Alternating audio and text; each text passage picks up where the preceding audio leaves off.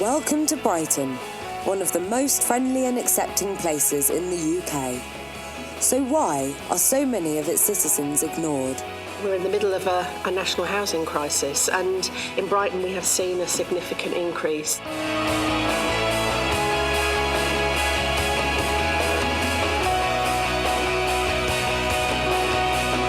Trapdoor opened as I was stood on it and my world fell from underneath it.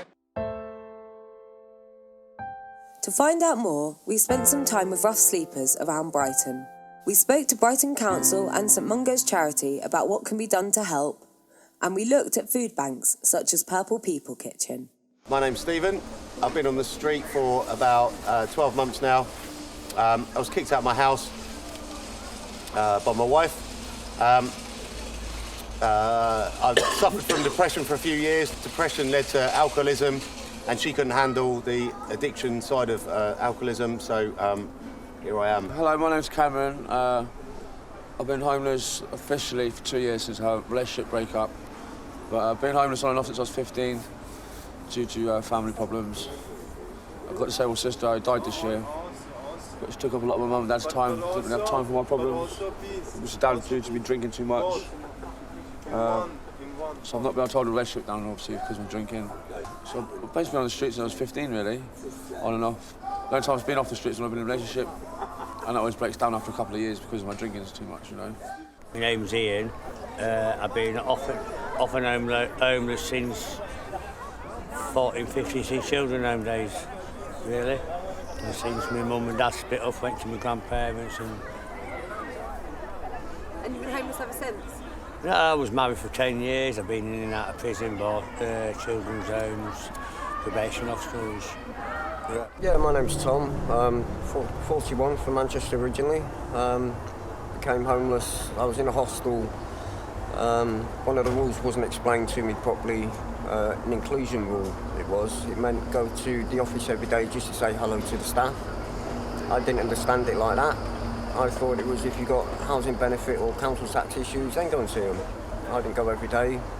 Technically, I broke the rules, so I got kicked out. Yeah. How long ago was that? Nearly 2 years. Wake up about 7:30 in the morning. We head down to a day centre called First Base, where you can get a shower, shave, brush your teeth, get some breakfast. Do your hair. Do your hair. They've got clothes there, so you can get new socks and underpants and t-shirts and stuff like that. Get your clothes washed as well. Get your clothes washed, get your hair cut, all that sort of stuff. Then in the afternoon, I normally spend the rest of the afternoon either sitting here or drawing or reading or doing whatever else. And then in the evening, try and bed down as soon as possible. Around about 6 o'clock. Try and get yourself nice and warm and just bed down for the night. I get up.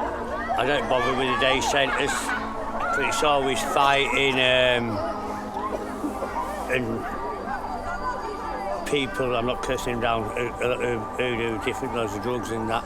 I don't associate with that circle, so I don't do. So I get up,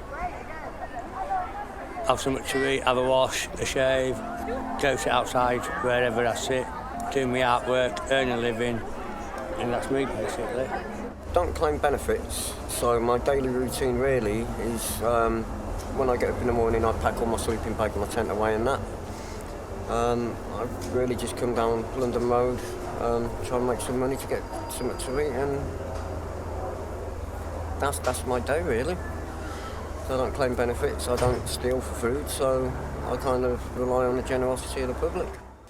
Until a year ago, I had a pretty successful job. I earned a decent income, and I've done much. I've pretty much ticked every box in my bucket list, of everything I wanted to do.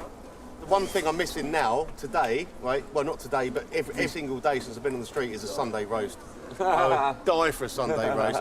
It's quickly. No, he didn't say his missus or his kids. He said Sunday roast. You like that? No. I still see my missus and my kids, right? But you'd be amazed. You'd be amazed at how quickly you forget how the things that people take for granted. I miss my bed, man. The things that people take for granted, how quickly you forget how important they are. When I stayed round at a friend's flat last weekend, right, and she had a television, because obviously normal people have a television, and a television was just like, oh! I spent about 12 hours just sat there in front of a television watching crap telly, but, oh, it was fantastic. The norm. Exactly. But it's not the norm to us, but it is to everybody else, and you forget. Dollar, that's what I need. Hey, hey. Well, I need a dollar, that's what I need. Hey, hey. Said I need a dollar, that's what I need. Has the number of rough sleepers gone up this year? There has been an increase in the number of rough sleepers across the whole of the country. We're in the middle of a national housing crisis, and we have seen an increase in Brighton and Hove. Not as much as the estimate that we have, because we think this year we've actually been much more accurate in finding the number of rough sleepers. I was really, really keen that we do the best estimate that we can, which is why we involved 8 different organisations this year, made sure we went across the whole city to find everybody who might be sleeping rough. That's really important for us to know where our rough sleepers are so that we can plan our services to support them. The perception of people that you can see people's faces when they walk past you, the disgust on people's faces, and it almost makes me feel you don't know my past, you don't know my history, you've got no idea what qualifications I have, and people forget that can happen to anybody. Like that can happen to you tomorrow. It does, and it does happen. Well, I'm living proof of it.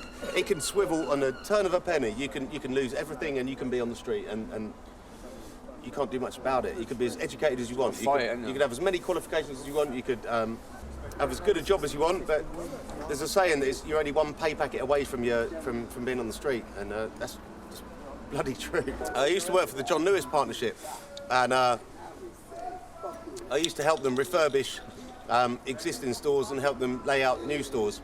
I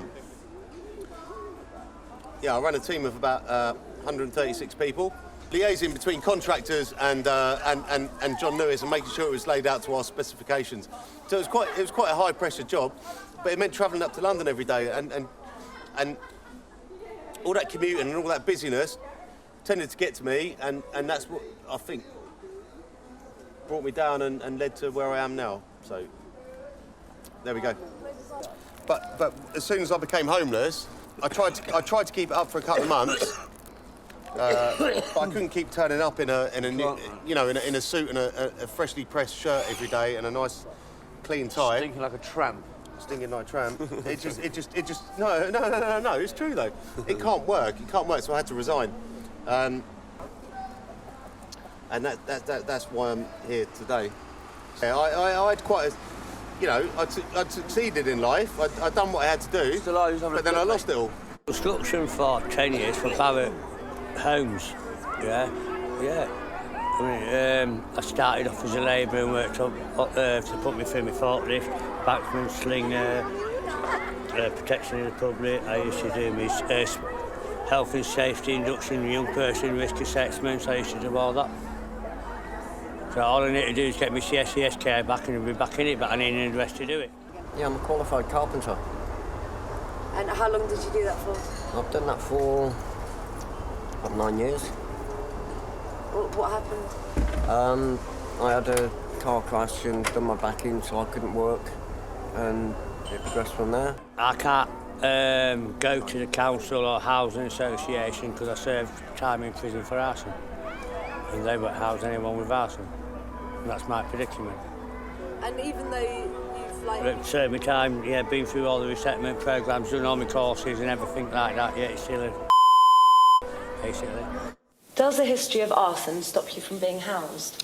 We never have a blanket ban on refusing to house anybody, but we would do a risk assessment and look very carefully at that individual and whether they might be putting themselves or other people in the household at risk. So it's taken on a case-by-case basis and looked at carefully, but there's never a blanket ban. Well, I need a dollar, that's what I need. Hey, hey. Said I need a dollar, that's what I need. Hey, hey. And I need a dollar, that's what I need. And if I share with you my story, would you share your dollar with me? Normal part of Brighton street life, all the buskers and everything, they all make the money.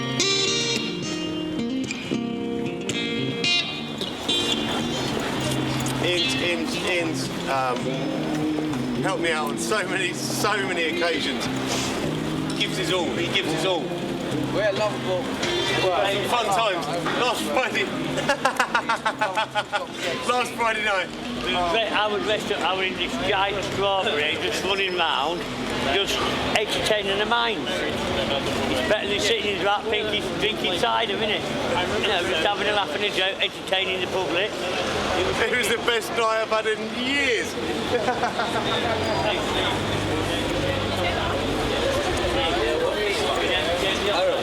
No, they don't like it. Yeah, might as well. Yeah, they don't like it. We name and shame the off-licence. Doesn't like They it. refuse to serve us here because of street.